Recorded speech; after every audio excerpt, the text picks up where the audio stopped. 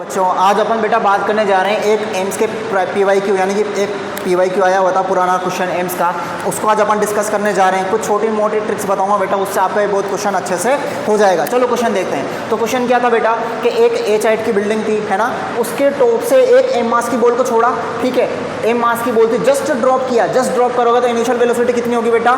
Initial velocity होगी आपकी 0, ठीक है। तो वो धीरे धीरे नीचे आएगी, क्यों आएगी बेटा? नीचे ऑब्वियसली सी बात है, नीचे धरती माता आपको खींच रही है तो नीचे आएगी, ठीक है। तो इनिशियल वेलोसिटी तो कितनी होगी बेटा? 0 हो गई, ठीक है। ये आपका क्या है बेटा? ये ग्राउंड है। तो जब ग्राउंड से जस्ट टकराने वाली होगी तब उसकी वेलोसिटी कितनी हो जाएगी बेटा? T हो जाएगी, V हो जाएगी, ठीक है। उसने ये इसको A पॉइंट ले लेते हैं और इसको B ले लेते हैं। A से B तक गिरने में उसने कितना टाइम लिया बेटा? टोटल T टाइम लिया है। अच्छा अब बेटा क्वेश्चन में पूछा क्या था एम्स ने? एम्स याद करो 2019 तक अलग पेपर लेता था, उसने पूछा था बेटा ग्राफ बताओ बिटवीन H वर्सेज T के बीच में, H और T के बीच में आपको ग्राफ बताना है। अच्छा तो इन दोनों ग्राफ बताने के लिए पहले आपको इक्वेशन चाहिए, तभी तो उसके अकॉर्डिंग आप सोचोगे कि स्ट्रेट लाइन बनेगा, पैराबोला बनेगा, हाइपरबोला बनेगा, या फिर सर्कल बनेगा, इलिप्स बनेगा, कौन सी शेप बनेगी, कौन सी ज्योमेट्री बनेगी। अरे यस के नो, चमका कि नहीं चमका? तो देखो आपको ऐसी इक्वेशन ढूंढनी पड़ेगी बेटा जिसमें दोनों आए H और T, है ना। अच्छा T तो टाइम है बेटा, H क्या है? H है यहाँ से यहाँ तक की ये सीधी डिस्टेंस, सीधी डिस्टेंस यानी कि मिनिमम डिस्टेंस, और मिनिमम डिस्टेंस को क्या बोलते हैं बेटा? आप सबको याद होगा, याद आ रहा है ना, इसको बोलते हैं डिस्प्लेसमेंट। अच्छा डिस्प्लेसमेंट है यानी कि कैसी क्वांटिटी बेटा? Vector quantity. वेक्टर क्वांटिटी है तो क्या देखनी पड़ेगी? वेक्टर में क्या होते हैं? डायरेक्शन देखनी पड़ेगी। अच्छा डिस्प्लेसमेंट वेक्टर क्वांटिटी और इसकी डायरेक्शन देखनी पड़ेगी, और डिस्प्लेसमेंट की डायरेक्शन किधर से किधर की ओर होती है? बोलो, ये इनिशियल पोजीशन, ये नीचे गिरी फाइनल तक आई तो डिस्प्लेसमेंट की डायरेक्शन होती है बेटा इनिशियल से फाइनल पोजीशन की ओर, यानी कि नीचे की ओर। नीचे की ओर है, अपन ने डायरेक्शन मानने पड़ेगा। अब डायरेक्शन को मैं पॉजिटिव ले रहा हूँ, नीचे वाली को नेगेटिव ले रहा हूँ, ठीक है। अच्छा भाई आगे देखते हैं। तो डिस्प्लेसमेंट एस क्या होगा बेटा? -H। अरे नीचे की ओर होगा ना, नीचे की डायरेक्शन नेगेटिव, यानी कि H के -H, बोलो -H। अच्छा इनिशियल वेलोसिटी कितनी आ गई बेटा? 0 आ गई। और नीचे ग्रेविटेशनल फोर्स भी नीचे लग रहा है, ग्रेविटेशनल फोर्स नीचे है तो ग्रेविटेशनल एक्सेलरेशन भी नीचे की तरफ ही है। तो ग्रेविटेशनल एक्सेलरेशन कितना होता है बेटा? एक्सेलरेशन ड्यू टू ग्रेविटी कितना होता है? बोलो कमेंट में। G होता है कि नहीं होता है? नीचे की ओर ही लगेगा ना भाई साहब, नीचे की ओर ही गिरेगी ना आपकी बॉल।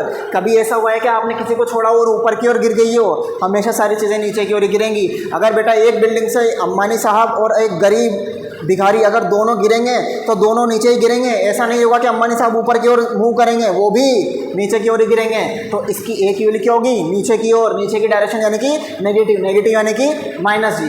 अच्छा मैंने क्या कहा कि H और T दोनों आने चाहिए, वो दोनों एक इक्वेशन के अंदर आने चाहिए। H मतलब क्या? डिस्प्लेसमेंट। तो तीनों इक्वेशन याद करो अपनी इक्वेशन ऑफ मोशन न्यूटन्स की। कौन सी ऐसी इक्वेशन होती है जिसके अंदर दोनों आते हैं, डिस्प्लेसमेंट और टाइम? आप जब तीनों इक्वेशन को जब आप रिकॉल करोगे, रिकॉल करके देखो माइंड में पोस्ट करके वीडियो को, और फिर सोचो कौन सी आती है। जब आप ये देखोगे तो आपका ये आएगा कि सेकंड इक्वेशन होती है, तो वो लिखोगे। अच्छा इसके अंदर आप U की वैल्यू 0 डाल दोगे तो ये टर्म तो पूरी 0 हो जाएगी बेटा, ठीक है। यहाँ से अपन ने डेटा लिया है तो S की वैल्यू को क्या रखोगे? -H रखोगे, और A की वैल्यू को -G रखोगे। सिंपल सी 6th क्लास की मैथ है, बताने की जरूरत नहीं होनी चाहिए बेटा।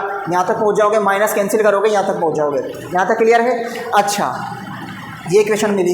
अब इस इक्वेशन से अपन को ग्राफ देखने, ऑप्शन में बेटा ऐसे 4-5 ग्राफ दिए हुए थे, है ना, तो इसमें से आपको बेस्ट ऑप्शन छांटना है। आगे देखते हैं। देखो आपको H और T के बीच में ग्राफ खींचना है। टाइम को हमेशा कौन सी एक्सिस पर लेते हैं बताओ? पोस्ट करके कमेंट बॉक्स में, कौन सी एक्सिस पर? नेगेटिव एक्सिस पर। तो देखो आपको ये दिख भी रहा होगा कि पांचों ऑप्शंस में आपने टाइम को x एक्सिस पर लिया हुआ है। आगे देखते हैं बेटा।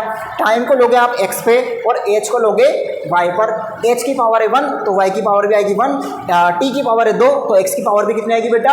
2 ही आएगी। अच्छा आगे देखते हैं, यानी कि y is proportional to x²।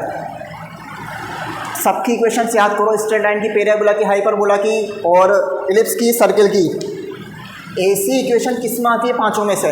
जब आप अच्छी तरीके से रिकॉल करोगे तो आपका आंसर निकल के आएगा माइंड में, पैराबोला, जिसमें किसी एक क्वांटिटी की पावर 2 होती है और किसी एक क्वांटिटी की पावर 1 होती है, और दोनों इक्वल टू के इक्वल इधर उधर होते हैं, सेम साइड में हो जाए तो दोनों ऊपर या दोनों नीचे। तो शेप कैसी बनती है बेटा? पैराबोला बनती है। तो पैराबोला बनेगा भाई सब, यानी कि डी ऑप्शन तो खत्म हो गया। यहाँ तक आया? अच्छा उसके अलावा बेटा एक और क्या बता रखा था मैंने, क्या ट्रिक थी अपनी पैराबोला की? वो ये थी कि जिस क्वांटिटी पर स्क्वायर हो, किस पे स्क्वायर, उसको छोड़ के जो दूसरी क्वांटिटी बची उसके रेस्पेक्ट में पैराबोला कैसा होता है बेटा? सिमेट्रिक होता है। एक्स पे स्क्वायर है अगर अपन यहाँ बात करें तो यानी कि टी पे स्क्वायर है, तो टी को छोड़ के जो दूसरी क्वांटिटी बची, कौन सी बची, एच, तो एच के रेस्पेक्ट में पैराबोला सिमेट्रिक होगा, यानी कि टी के रेस्पेक्ट में नहीं होगा। तो ऑप्शन हटाओ। देखो हमेशा ज़रूरी नहीं कि आप पहले डायरेक्ट सोल्व करके बहुत सारे क्वेश्चन में आप डायरेक्ट सही ऑप्शन पे पहुंच जाओगे, तो बहुत सारे क्वेश्चन में पहले आप गलत ऑप्शन हटाओगे कि ये गलत है ये तो नहीं आएगा, ये गलत है ये तो नहीं आएगा। इस तरीके से दोनों तरीके से क्वेश्चन को अटेम्प्ट किया जाता है। तो अपन को दोनों तरीके बेटा सीखना है। तो जैसे अपन ने डी ऑप्शन हटाया, आगे क्या है, टी पे स्क्वायर है तो एच के रेस्पेक्ट में सिमेट्रिक होगा, एच के रेस्पेक्ट में सिमेट्रिक होगा यानी कि या तो ये ऑप्शन हो सकता है, ये भी हो सकता है और ये भी हो सकता है। टी के रेस्पेक्ट में नहीं होगा, तो ये तो हट गया क्योंकि ये पैराबोला टी के रेस्पेक्ट में सिमेट्रिक है, ये हट गया। आगे देखते हैं, देखो यहाँ पर आ रहा है पॉजिटिव, पॉजिटिव मतलब जो पैराबोला होगा वो पॉजिटिव एच एक्सिस के रेस्पेक्ट में सिमेट्रिक होगा, नेगेटिव के रेस्पेक्ट में सिमेट्रिक नहीं होगा, यानी कि बेटा आपका ये ऑप्शन भी हट गया। अरे भाई ये नेगेटिव, पॉजिटिव एच, ये नेगेटिव एच के रेस्पेक्ट में सिमेट्रिक है ना, जैसा इधर वैसा ही इधर, तो ये ऑप्शन भी हट गया। अच्छा अब दो ऑप्शन बचे, ठीक है, दोनों पैराबोला हैं, दोनों एच के रेस्पेक्ट में सिमेट्रिक हैं, दोनों प्लस एच के रेस्पेक्ट में सिमेट्रिक हैं। अब आगे और क्या आप सोच सकते हो, ये बिल्कुल एक बेसिक सी चीज़ होगी, आप पोज करके थोड़ी देर सोचो, फिर नहीं आए तो अब देखो कि यहाँ तक तो अपन ने कर लिया, टाइम कभी भी नेगेटिव में नहीं होता है। अगर आप बी वाले ऑप्शन में देखोगे तो इसमें ये वाला जो पोर्शन बन रहा है यहाँ से लेकर के यहाँ तक का, ये कौन सी एक्सिस है बेटा, ये माइनस टाइम की एक्सिस है और माइनस टाइम कभी एग्जिस्ट नहीं करता, इसलिए आपका बी ऑप्शन भी कैंसिल हो जाएगा। तो correct option is E option. ये बेटा एम्स का PYQ था। इसी तरीके से आप क्वेश्चन लगाते रहिए, हमारे साथ बने रहिए। Thank you.